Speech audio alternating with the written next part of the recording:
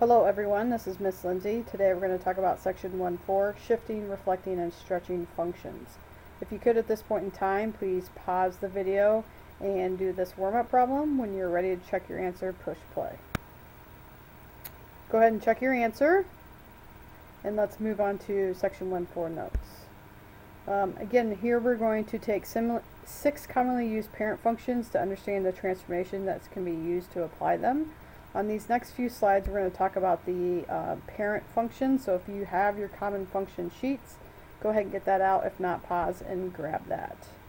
A few of these we've already talked about in earlier sections, the linear function and the quadratic function. Again, this is the parent graph without any shifting, stretching, or reflecting of any kind. Then we also have the absolute value graph, the cubic, the square root, and the inverse function or rational function 1 over x. Again, you need to be familiar with these, so when we're doing transformations to these functions, you can see how it's translated from the original parent graph. So let's go ahead and take a look and see what does this transformation do. Okay, so we're taking our parent graph here, and the parent graph on this problem would be y equals square root of x. And we're describing what does the shift of x plus 2 have on this parent graph. Well, the shift has, as you can see here in the graph of the function f of x equals the square root of x plus 2, it actually moves it to the left 2 from the original graph, because the original graph would start from the origin and go over to the right. Let's take a look at a couple other ones. Again, let's take a look at this one. The parent graph on this one, again, is y equals square root of x. Now we're shifting it down 2. And one way to think about this is we could actually change our ordered pair. In the parent graph, all of our ordered pairs would be x, y.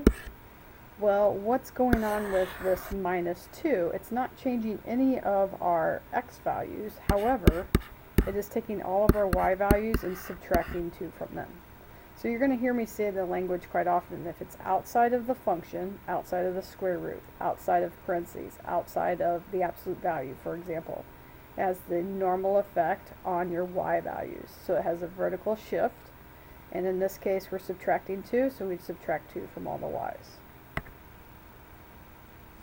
And our next example here, again, we're looking at the parent graph as square root of square root of x, and in this case it is actually taking all of our x values, and it's inside, so it's affecting our x values, so it's taking all of our x's, and we're not multiplying by 2, we are actually dividing by 2. So if it's inside the square root, inside the absolute value, inside the parentheses, we're doing the opposite operation.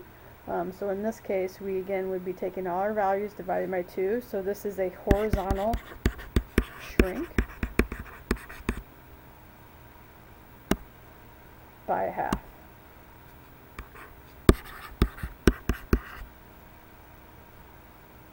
Next example. Here again, this is on the outside. So we would have the normal effect on our y's. So as you can see in this case, we are going to double our y's, and this would have a vertical stretch by 2. And again, it's vertical because it's affecting our y's. We take a look at another example. This again has a horizontal shrink, or it's shrunk horizontally by a half, because again we do the opposite. However, now we have the negative in there, so as you can see it's reflected on our graph. It's going to also reflect over the y-axis. So we would actually take all of our x's, multiply it by negative a half, or we could also write that as x divided by negative 2. Either of those would be the same there. Okay, dividing it by negative 2 or multiplying by negative a half. Next example, now if it again goes back to our stretch vertically by 2,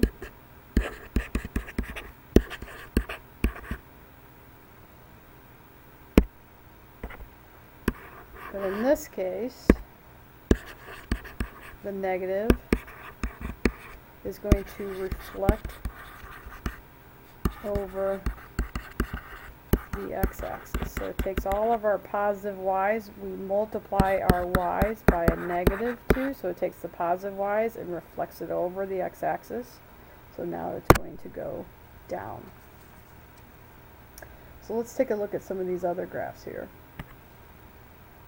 Now in this case we have a generic function, unlike our previous problems. We could actually plug this into our calculator and describe the effect of it. But when we go to a problem like this, this has, again, a generic function, so we need to look at our critical values, and we need to think about how this negative 2, which is, again, attached to the x, inside would affect the function, and outside the minus 3 would affect it. So the negative 2, again, it's inside, so that is going to, again, have an opposite effect on our x's. So we take all our x's and we divide by a negative 2. And the subtracting 3 has the normal effect on y, so we subtract all of our y's by 3. So it's going to have a few different effects. Again, the 2 is going to do a horizontal shrink by a half. The negative is going to reflect over the y-axis. And the minus 3, sorry about that, is going to move it down 3. So what I suggest doing is taking a look at our parent graph, and in our case here this parent graph is going to be our original function, and we're going to list all of our critical values in a table. These critical values are going to be anything such as the starting and the ending point, so in our case -4, -2. Anytime there's a change in direction, anytime you see an x or y intercept as well. Now I am going to leave this one out as it doesn't hit right on the integer, but I'm going to just look at my graph left to right, do my starting point, I'm going to skip this x-intercept, do my next change in direction. You could also call that your relative max or mins. Here's another x or y intercept at the origin. Again, another change in direction, x-intercept, and then your ending point. So now I'm going to take my effects, so I'm going to take exactly what I wrote up here with my ordered pairs, and I'm going to make another table.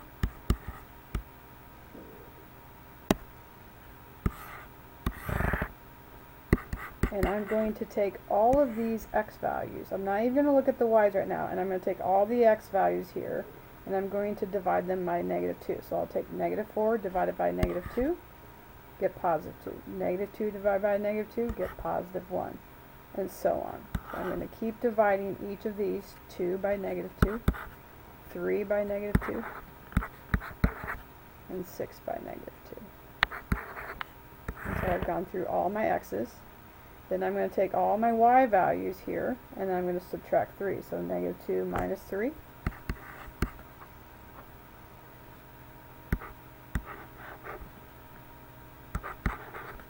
Again, keep going here. So I've got -1 minus 3.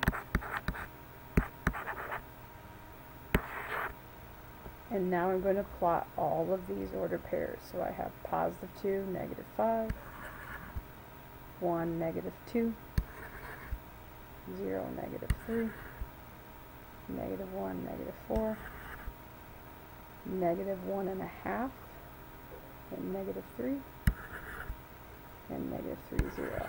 And then I can connect.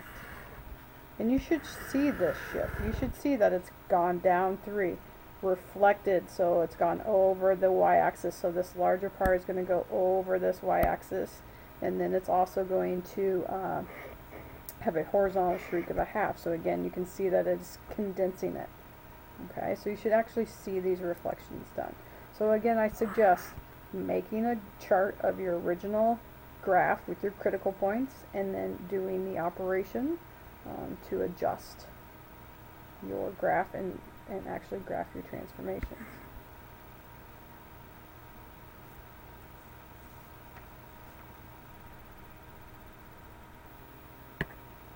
So if we move on to the next one, again, this is a function that you can definitely put in your calculator, but let's think about this in case, again, we have another function where we have just a generic function and we have to apply all these transformations.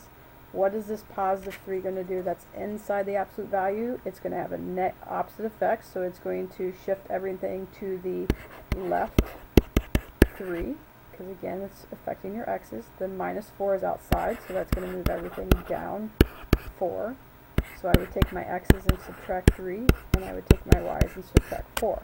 Now, since there's only a shifting of moving to the left 3, down 4, we're not stretching, shrinking, we don't have other things going on, what I would do is I would take my parent graph, which is y equals absolute value of x, which I will put in dotted line here.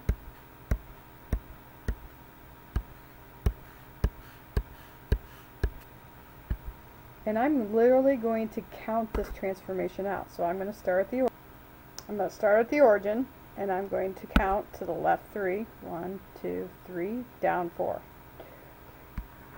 And I'll do this with every single one of my points. Left 3, down 4. Left 3, down 4. And you can see it's going to mimic, obviously, this V pattern of our absolute value. And again, I know it's symmetric with respect to the vertex, so then I can also fill in my other points. And then I can complete my graph from there.